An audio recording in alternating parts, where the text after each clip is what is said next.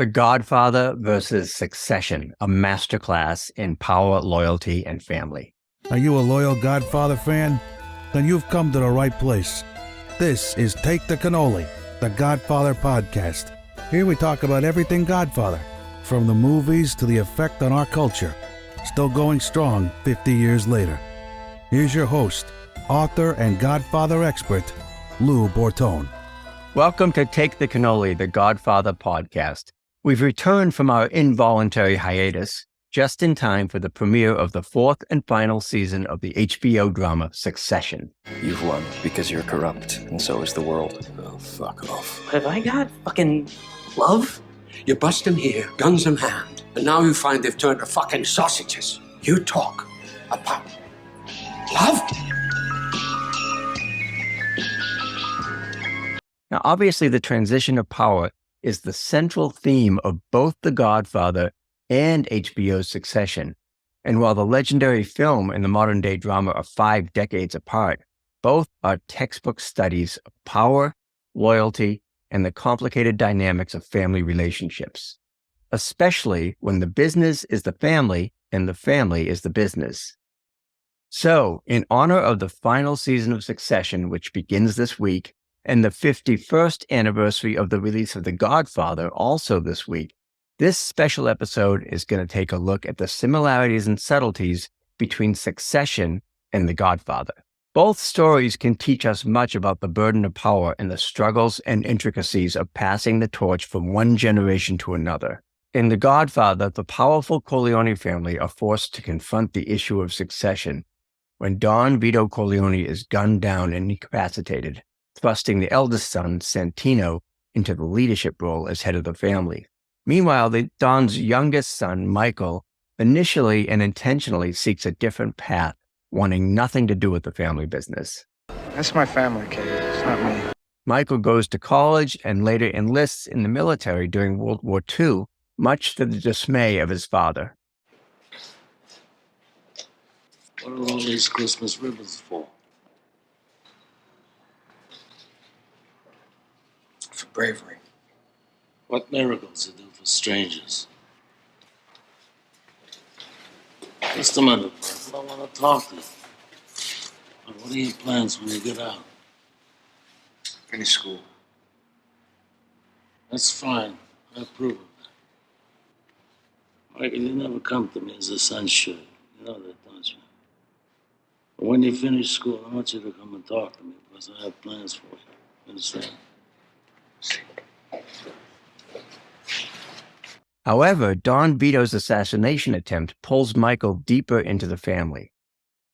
When a second attempt is made on the Don's life at the hospital, Michael realizes that his duty and loyalty to his family is far greater than his hopes for choosing his own future. While at the hospital protecting his father from being killed, he utters what are arguably the 4 most important words in the movie. I'll take care of you now. I'm with you now. I'm with you.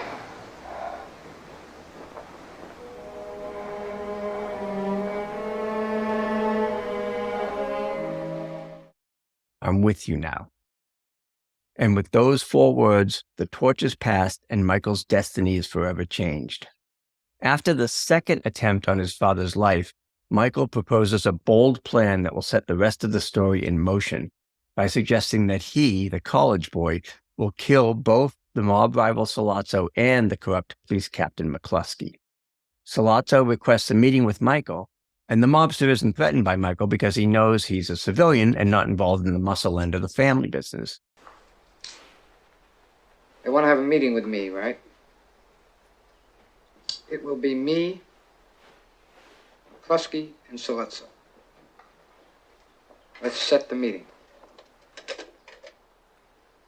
Get our informers to find out where it's going to be held. Now, we insist it's a public place, a bar, a restaurant, someplace where there's people so I feel safe. They're going to search me when I first meet them, right?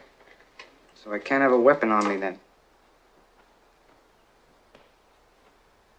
But if Clemenza can figure a way to have a weapon planted there for me,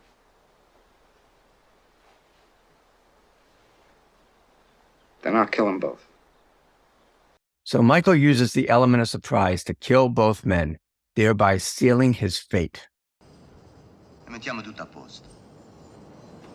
Sti fissaria, siete finiti.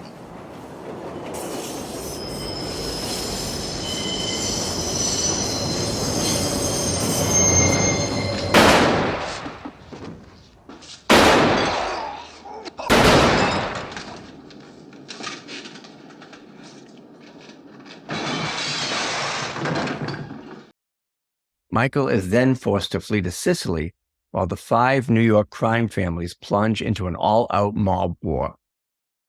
Meanwhile, Sonny, as acting Don, lets his hot temper and impulsiveness get the best of him, resulting in his spectacular demise at the toll booth.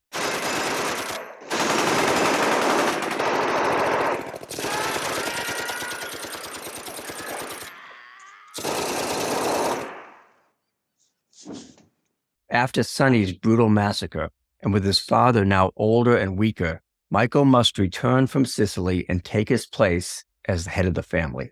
Pop, what about Sonny? What about Sicily?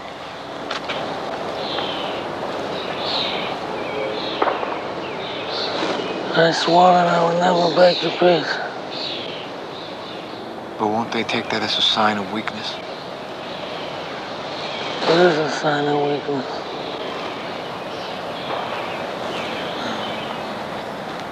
You gave your word that you wouldn't break the peace. I didn't give mine. You don't have to have any part in it.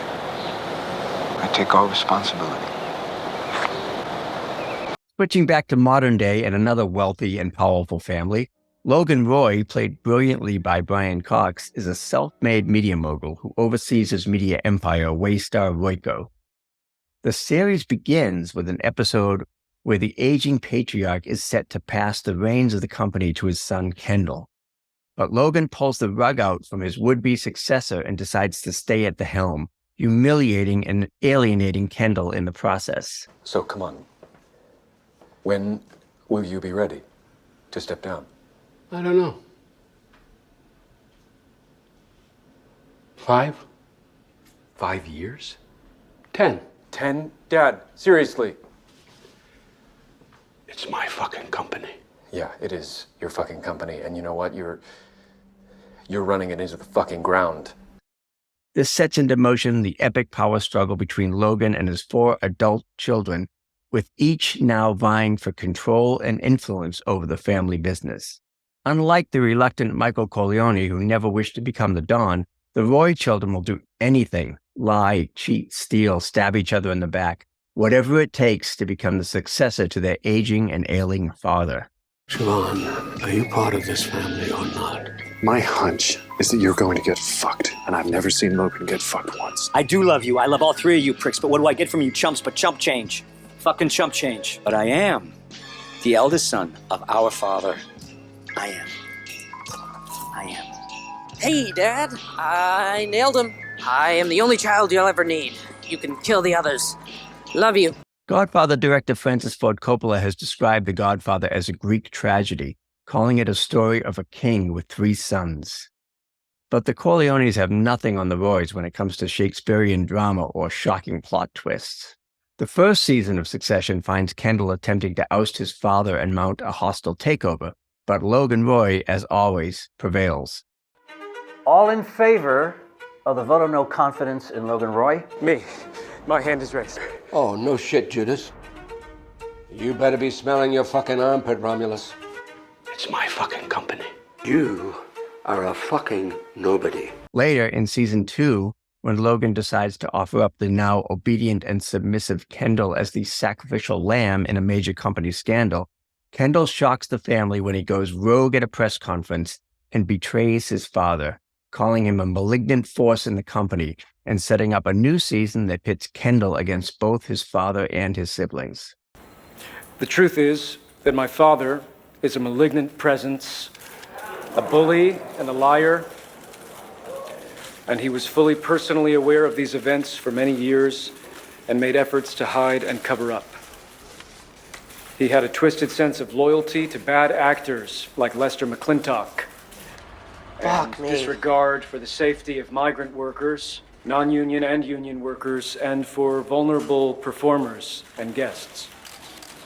My father keeps a watchful eye over every inch of his whole empire, and the notion that he would have allowed millions of dollars in settlements and compensation to be paid without his explicit approval is utterly fanciful.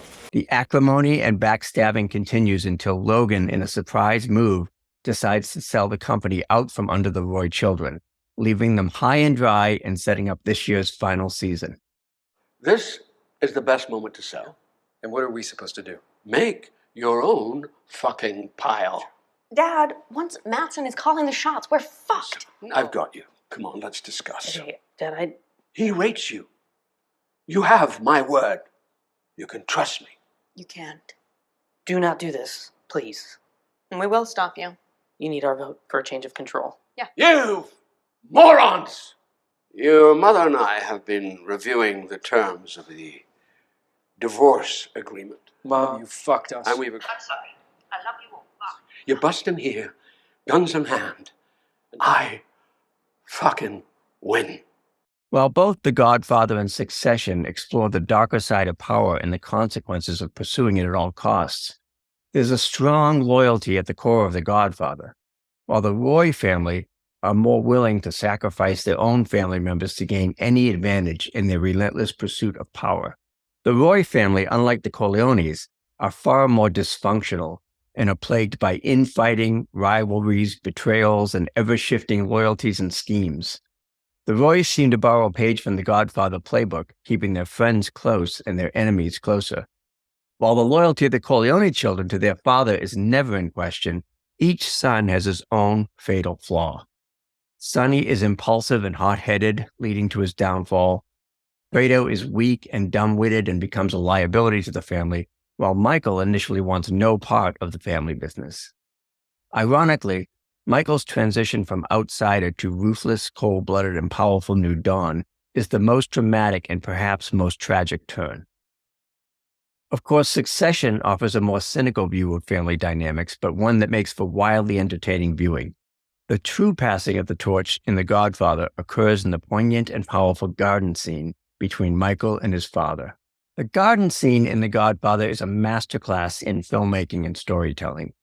It's a pivotal moment that marks the transition of power from Vito Corleone to his son Michael, and it's one of the most memorable scenes in cinematic history. But what's even more impressive is how it came to be.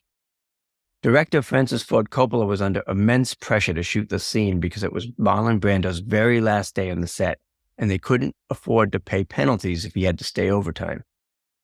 The problem was that the scene wasn't even written yet. Coppola had been working on it for months, but it just wasn't coming together. Enter Robert Towne, a renowned script doctor who was called in at the last minute to write the scene. He worked through the night and delivered the script by 4 a.m. The scene was then printed on big cue cards and delivered to Brando on the set. The result is a scene that's both poignant and powerful, as Vito Corleone reflects on his hopes for Michael and the family business. It's a scene that ultimately symbolizes the passing of the torch and the transition of power. I want you to arrange to have a telephone man check all the calls that go. I did it already, Pop. Could be Pop, anyone. I took care of that. Oh, that's right. I forgot. What's the matter? What's bothering you? I'll handle it. I told you I can handle it. I'll handle it.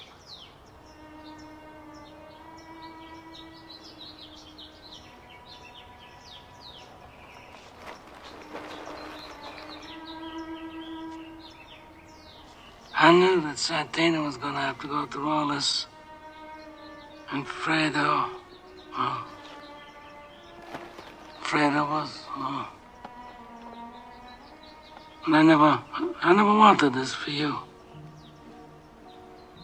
I worked my whole life. I don't apologize to take care of my family. And I refused to be a fool. Dancing on the string held by all those big shots. I don't apologize, that's my life, but I thought that when it was your time that you would be the one to hold the strings. Senator Corleone, Governor Corleone, something. Another Pezzanovanta. Oh. This wasn't enough time, Michael. Wasn't enough time. We'll get there, Pop. We'll get there.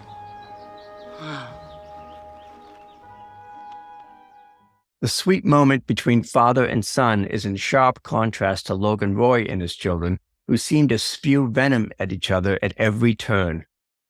We'll leave it up to pop culture history to decide which family is ultimately more ruthless. You can see the final season of Succession now streaming on HBO. So that's it for this episode of Take the Cannoli, the Godfather Podcast. If you like the podcast, please do me a favor and write a quick review for us on iTunes. And be sure to subscribe to my YouTube channel, which is @Bortone Video on YouTube. And remember, just like Don Corleone, I know how to return a favor. See you next time. Thanks for listening to Take the Cannoli, the Godfather Podcast with Lou Bortone. Join us again next time if you know what's good for you. Capiche?